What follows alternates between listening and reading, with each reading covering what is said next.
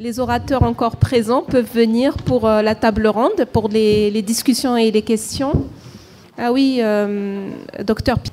Marie, pardon. Marie, il avait une question. Est-ce que vous voulez répondre à la question du docteur Marie concernant le virus Ebola et le virus du chikungunya et il y a un autre virus? Merci. En ce qui concerne l'Ebola, je ne peux pas vous donner d'informations parce qu'on n'a pas suffisamment d'études. En ce qui concerne le chikungunya, l'épidémie qui avait sévi à La Réunion a permis d'étudier l'impact qu'aurait pu avoir le chikungunya sur la grossesse. En fait, 2 études ont été faites qui portaient sur plus de 1300 enfants nés pendant cette épidémie et aucune anomalie n'a été observée chez les enfants. Aucune malformation n'a été observée. Ce qui, par contre, était observé, c'était à la naissance, lorsque la maman était contaminée très tardivement, les enfants avaient pu être contaminés in utero et ils développaient un chikungunya à la naissance qui était souvent embêtant parce que la température était très élevée. Mais aucune malformation n'a été observée. Et les seuls décès qui ont été vus étaient toujours associés à des comorbidités.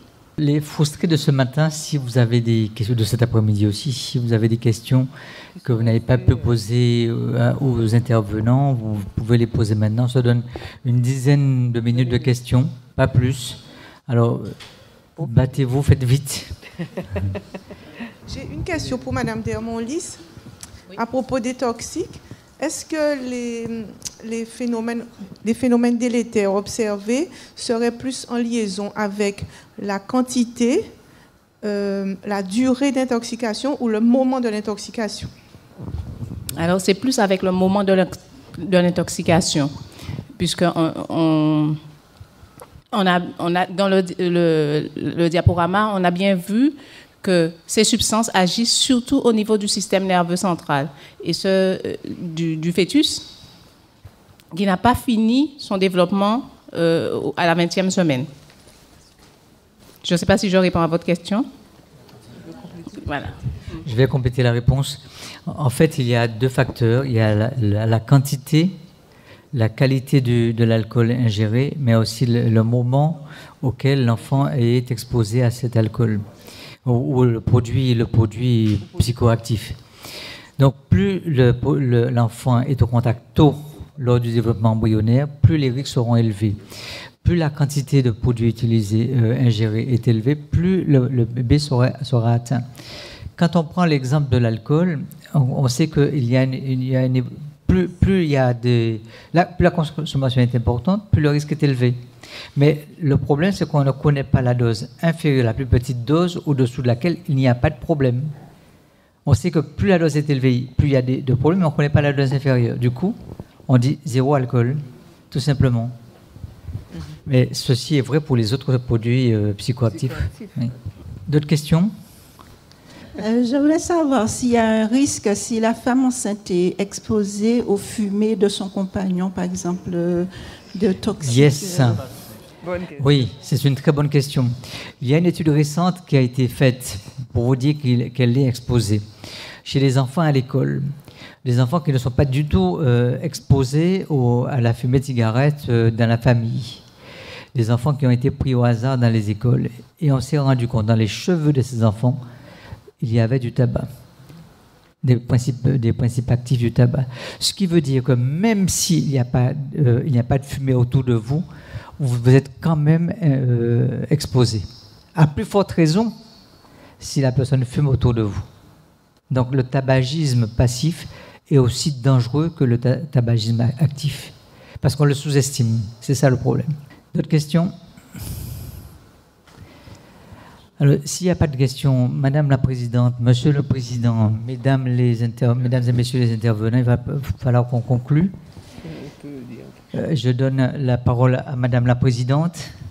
Bon, ben écoutez, je crois qu'il est temps de remercier tout le monde et particulièrement ceux qui ont enrichi nos débats et qui ont été courageux jusqu'au bout pour être présents à cette heure tardive de la journée de dimanche, après 2 jours que nous débattons.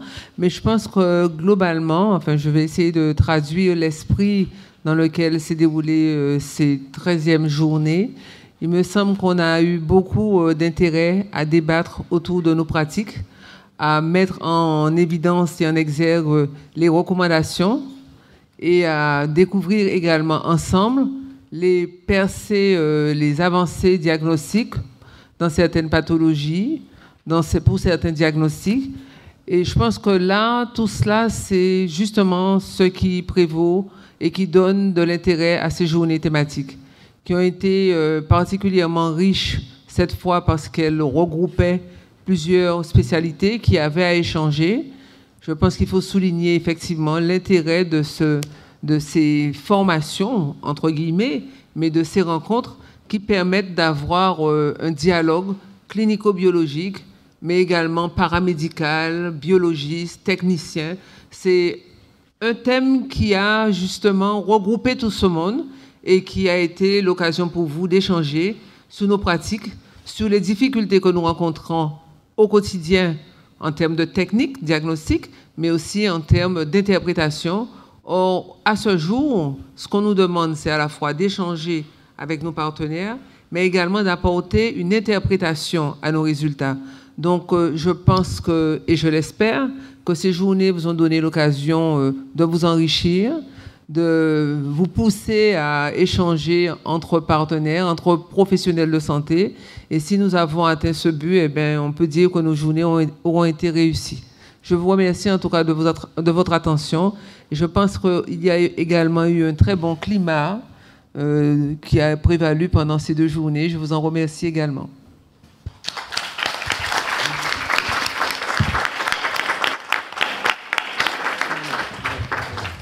Je vais passer la parole au président de l'association des techniciens, c'est bien ça? Oui, c'est bien. De laboratoire.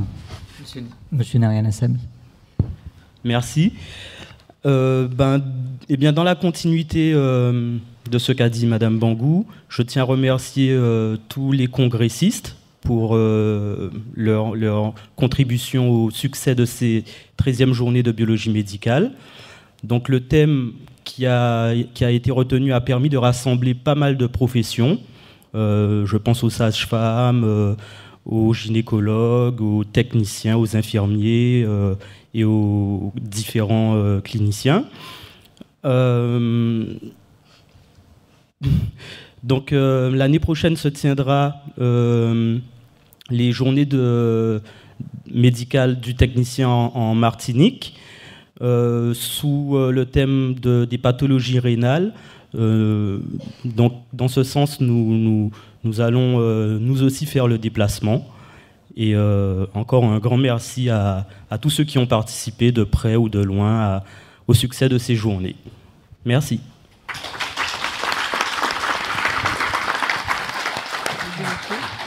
Alors, je ne saurais terminer ces journées sans remercier et féliciter les intervenants, parce qu'ils ont mis à notre disposition leurs qualités dans la présentation des différents sujets qu'on leur avait confiés, mais ils ont été également très présents à nos côtés et ils nous ont enrichis avec leur débat et leur connaissance dans les différents domaines qu'ils avaient à charge.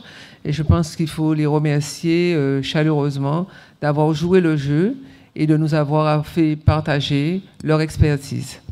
Je vous remercie tous.